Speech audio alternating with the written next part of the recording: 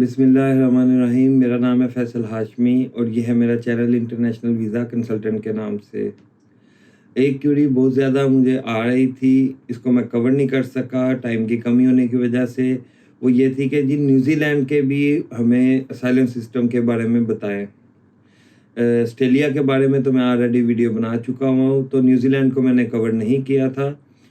तो आज की वीडियो में मैं न्यूज़ीलैंड को कवर करूँगा। देखिए, न्यूज़ीलैंड एक इंग्लिश स्पीकिंग कंट्री है और इसका जो असाइलम सिस्टम है वो ऑलमोस्ट पैरेलल है ऑस्ट्रेलिया के साथ।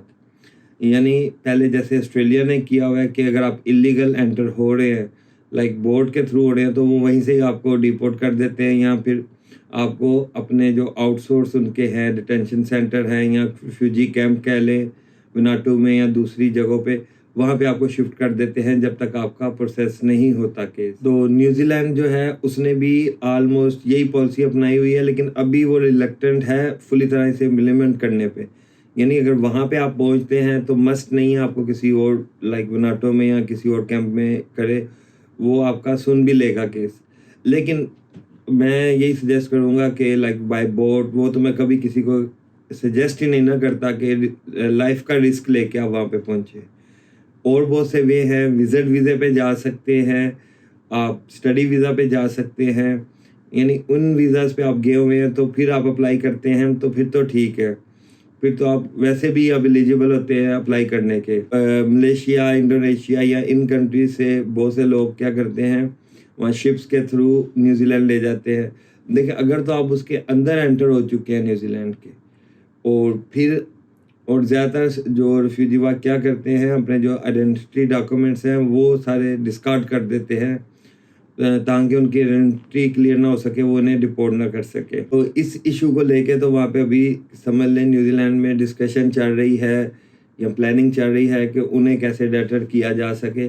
लेकिन फ़िलहाल अगर सुनने तक वो पहुँच जाएँ, आपको अलाउ कर दे, तो फिर भी लाजमी नहीं है वो एक्सेप्ट कर ले अगर आपका केस जो उनके स्टैंडर्ड है उसके मुताबिक नहीं होता।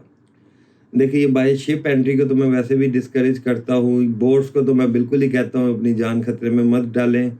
आप डाल के जाते हैं और वहाँ से आपको स्ट्रेट वे डिपोर्ट कर दिया जाए पोर्ट से ही, तो सारी मेहनत ज़ाया गई और रास्ते में हज़ारों लोग मर भी जाते हैं। तो उसे तो मैं बिल्कुल सजेस्ट नहीं करता। हाँ, इसके कंपेयर अगर आप वहाँ पे विज़िट पे जाते हैं, स्टडी पे जाते हैं, किसी और वीज़ा पे वहाँ पे पहुँचते हैं, इवन यहाँ से वर्क वीज़ा पे पहुँच जाते हैं लोग। ये शायद आपको थोड़ा अजीब लगे, ये आपको शायद थोड़ा नया लगे, लेकिन बहुत से ऐसे लोग हैं वो जो वहाँ पे बुच्चर के वीज़े पे गए हुए हैं, या मुख्तलिफ और फील्ड्स में भी, बाज़ को टेक्निकल फील्ड्स में भी जॉब ऑफर हुई, लेबर में शेफ़ पे भी जाते हैं। तो ये वो कैटेगरीज़ हैं, लेकिन वो ऑब्वियसली लिंक्स के साथ होता है, हर बंदे का तो लिंक होता नहीं है। तो आप अगर विज़िट पे जाते हैं या फिर स्टडी पे, तो आप अप्लाई कर सकते हैं। अच्छा, एक ये एडवांटेज भी है थोड़ा-सा न्यूज़ीलैंड में कि लाइक अगर कंपेयर करें आप यूरोपियन कंट्रीज़ को या अमेरिका को, तो यहाँ पे काफ़ी क्विक प्रोसेस है थोड़ा-सा। यानी आप साल, डेढ़ साल में आपका डॉक्यूमेंटेशन क्लियर हो जाती है, यानी केस क्लियर हो जाता है। अब और लाज़मी सी बात है कि एक्सेप्ट हो तो फ़ायदा है, रिजेक्ट होगा तो फिर तो आप अपील में जाएँगे और वही जो नॉर्मल प्रोसेस है वो आपको डिपोर्ट कर देंगे। और सेम लाइक ऑस्ट्रेलिया कह लें कि ऑस्ट्रेलिया में भी तो ऐसे ही होता है। तो ये ऑलमोस्ट पैरेलल सिस्टम चल रहा है, क्योंकि न्यूजीलैंड ज़्यादातर पॉलिसीज़ में ऑस्ट्रेलिया को फॉलो करता है, क्योंकि दोनों हमसाए हैं कह लें या नेबर कंट्रीज़ कह लें, चाहे सेंटर में समुंदर है, तो लेकिन वो फॉलो ऑस्ट्रेलिया को करता है। लेकिन एक पीसफुल कंट्री है, फैसिलिटीज़ अच्छी हैं, आपको मंथली पेमेंट भी देते हैं, वो कैश भी देते हैं, आपको रेजिडेंस भी दी जाती है रिफ्यूजीज़ कैंप में। और वही प्रोसेस है, स्टार्टिंग में आपका इनिशियल इंटरव्यू होता है और फिर आपका फाइनल इंटरव्यू होता है, उसमें आपका केस एवेलुएट किया जाता है। अगर तो आप क्वालिफाई करें तो वो आपको रिफ्यूजी स्टेटस दे देते हैं, और उसके बाद उस स्टेटस के बाद फिर आप सिटीजनशिप की तरफ चले जाते हैं। और अगर वो रिजेक्ट कर दें फिर आप अपील करते हैं और एट द एंड आपको डिपोर्ट कर देते हैं। तो लोग राब्ता करते हैं, कहते हैं हमें लाइक बताएं कि केस कौन सा डालें। देखिए, केस आपका जेन्युइन होना चाहिए, बेस्ट तो ये है कि लाइक अगर आपको रियल कोई मसला है तो वो आप वहाँ जाके बताएं। लेकिन अगर आपको कोई छोटा मोटा मसला है, लाइक आपके मामों के साथ या गाँव में कोई मसला है, इस तरह के केस बहुत ज़्यादा लोग जाके ना डाल देते हैं। तो ये फ़ॉलो ही नहीं करते आप। जो यूनाइटेड नेशन का रेफ्यूजी क्राइटेरिया है उसमें आप फ़ॉलो ही नहीं करते, तो ऑब्वियसली आपका ये केस रिजेक्ट ही होगा। लेकिन वहाँ वकील जो होते हैं, जो लॉयर्स होते हैं, आप उन्हें हज़ारों डॉलर दे देते हैं, वो आपको ख्वाब दिखा देते हैं कि नहीं, नहीं आपका हो जाएगा, हो जाएगा। देखिए वो ऐड तो कुछ कर नहीं सकते आपके केस में, तो एट द एंड उनको फ़ीस मिल जाती है। उन्हें जब आप रिजेक्ट होते हैं, अपील में जाते हैं, तब भी उन्हें फ़ीस मिल जाती है। तो वो ट्राई करते हैं और उसके बाद आपका रिजेक्ट होता है, फिर वो कहते हैं हम कुछ नहीं कर सकते। उनकी फ़ीस बराबर हो जाती है और आप डी ट्रैक हो जाते हैं।